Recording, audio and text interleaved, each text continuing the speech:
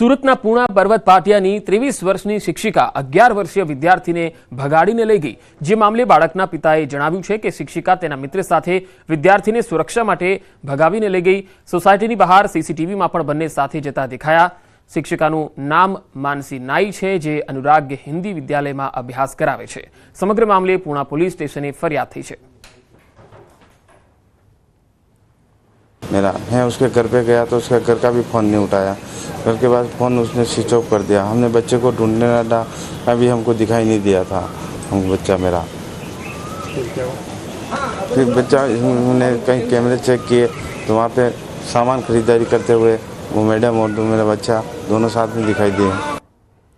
સુરત પોલીસે 2 ઠગબાજોને ઝડપ્યા છે। સોનું આપવાના બહાને 87 લાખની ઠગાઈ આચરી હતી।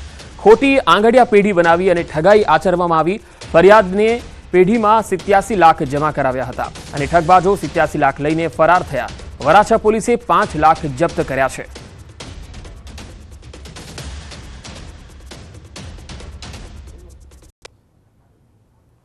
તો તસવીરોમાં જોઈ શકાય છે કે જે ઠગબાજ છે એ સીસીટીવીમાં પણ જઈ રહ્યો છે પૈસા લઈને।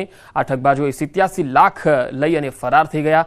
વરાછા પોલીસે 5 લાખ રૂપિયા જપ્ત પણ કર્યા છે અને આગળની હાલ કાર્યવાહી ચાલી રહી છે। જે ઠગ છે, જે ઠગબાજ છે એ પણ પોલીસની ગિરફ્તમાં આવી ગયા છે। આ 2 અલગ અલગ જોઈ શકો છો તસવીર, આ બંને એ ઠગબાજો છે।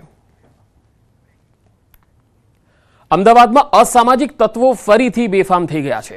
ગોમતીપુરમાં વેપારીની લારી પર હુમલો કરવામાં આવ્યો। તલવારથી હુમલો કરી તોડફોડ કરી, ઓછીના રૂપિયા ના આપતા હુમલો કર્યો। જ્યુસની લારીમાં તોડફોડ કરી અને લૂંટ ચલાવી। આ તસવીરો અમદાવાદના ગોમતીપુર વિસ્તારની છે।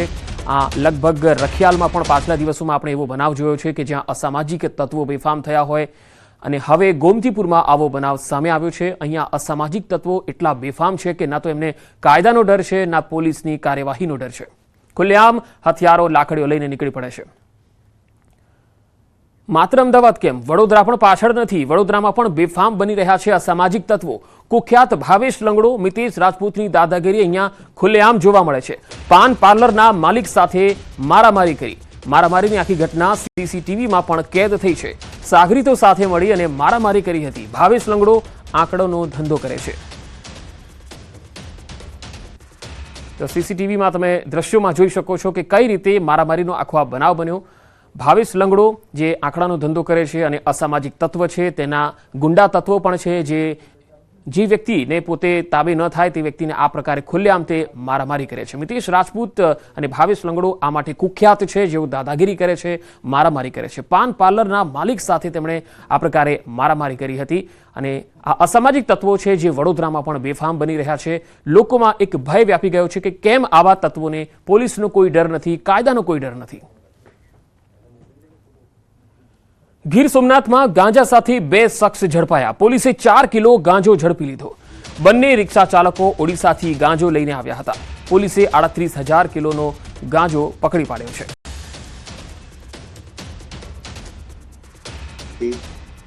જેટલા પેકેટ મળે, જે પેકેટની ચકાસણી કરતા તેમાં પ્રાથમિક દ્રષ્ટિએ ગાંજો હોવાનું ધ્યાને આવેલ છે। જે ગાંજો કુલ 3,835 ગ્રામ જેટલો છે। સાપુતારાના તળેટી વિસ્તાર માલેગાંવમાં જમીન બાબતે લોકોનો ઉગ્ર આક્રોશ જોવા મળ્યો। અહીં આવેલા એકલવ્ય મોડલ સ્કૂલ દ્વારા પ્રોટેક્શન વોલના બાંધકામનો વિરોધ કરાયો। ધાર્મિક પ્રસંગો ઉજવાતા હોય તે જગ્યાએ બાંધકામ ન કરવા લોકોએ માંગણી કરી। આ ગામ તળની જમીન પર અનેક ધાર્મિક પ્રસંગો ઉજવાય છે। લોકોની ધાર્મિક લાગણી જમીન સાથે જોડાયેલી હોવાથી શાળા કમ્પાઉન્ડ વોલનું કામ શરૂ કરતા ગ્રામજનોએ વિરોધ કર્યો। ગામની જમીન પર બાંધકામ રોકવા માટે ગ્રામજનો આંદોલનના મૂળમાં જોવા મળ્યા।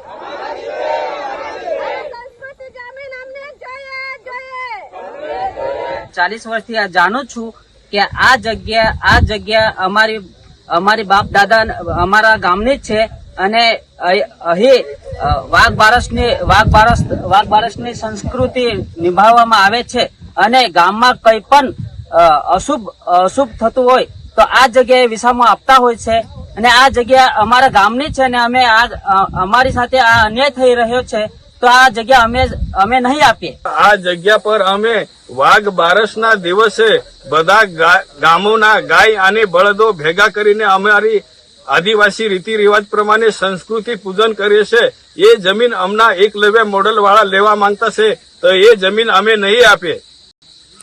જે બદલ સરકારશ્રીને અમારી રજૂઆત છે કે એ જમીન અમને પાછી અપાવો. જે સ્કૂલ છે તે આ જમીન લેવા માંગે છે એકલવ્ય સ્કૂલ, પણ અમે આપી શકતા નથી કેમ કે અહીંયા જે કઈ મરણ ધરણની જગ્યા હોય છે અને જે કઈ ધાર્મિક સંસ્કૃતિ હોય છે એટલે અમે આ સંસ્કૃતિ જમીન અમે કોઈને આપી શકીએ નહીં. જે એકલવ્ય સ્કૂલે આ ગ્રાઉન્ડ બનાવેલ છે એ તમે રદ કરવા વિનંતી કરે છે ને આ જગ્યા અમને જે હકમાં છે તે અમને અપાશો એવી હું સરકારને વિનંતી કરું છું. અમદાવાદમાં એફઆરસીના નિયમોનો ભંગ કરનારને દંડ કરવામાં આવ્યો. અમદાવાદ ઝોનમાં આવતી 9 શાળાઓને દંડ ફટકારવામાં આવ્યો. 9 શાળાઓને 5,000 થી લઈ 25,000 સુધીનો દંડ કરાયો. ફીની એફિડેવિટ કરવામાં વિલંબ, એફિડેવિટમાં મોડી ફાઇલ કરવા સહિતની ભૂલોને કારણે આ દંડ ફટકારાયો. અમદાવાદની બોપલની તેજસ વિદ્યા વિહારને 10,000નો દંડ, તો બોપલની લિટલ બર્ડને 10,000નો દંડ ફટકારાયો. નરોડાની સાગર પ્રાથમિક શાળાને 5,000, દરિયાપુરની જેપી સ્કૂલને 8,000નો દંડ ફટકારાયો. તો વટવાની વિકાસ સ્કૂલને 5,000નો દંડ અપાયો. રામોલની સત્ય ઇંગ્લિશ સ્કૂલને 25,000નો દંડ, તો શ્રી શિવ શિશુ વિહારને 25,000નો દંડ આપવામાં આવ્યો. તો ગાંધીનગરની સ્વર્ણિમ ઇન્ટરનેશનલ સ્કૂલને 15,000, કચ્છની સૂર્ય વરસાણી એકેડેમીને 15,000નો દંડ ફટકારવામાં આવ્યો.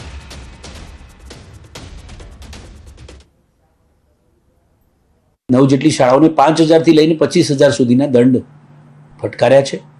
એમાં ખાસ જે કરીને એફિડેવિટ સમયસર જે દર વર્ષે કરવાનું હોય છે તેમાં વિલંબ કર્યો હોય, કેટલાક એફિડેવિટ ન કર્યા હોય એવું પણ જોવા મળેલું છે.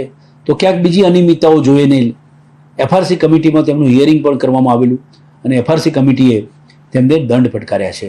5,000 થી લઈને 25,000 સુધીના દંડ છે. કુલ 9 જેટલી શાળાઓ છે. આમાં કચ્છની પણ શાળા છે, અમદાવાદ ગ્રામ્ય વિસ્તારની શાળાઓ છે, શહેર વિસ્તારની પણ શાળાઓ છે. મહેસાણા મહાનગરપાલિકા દ્વારા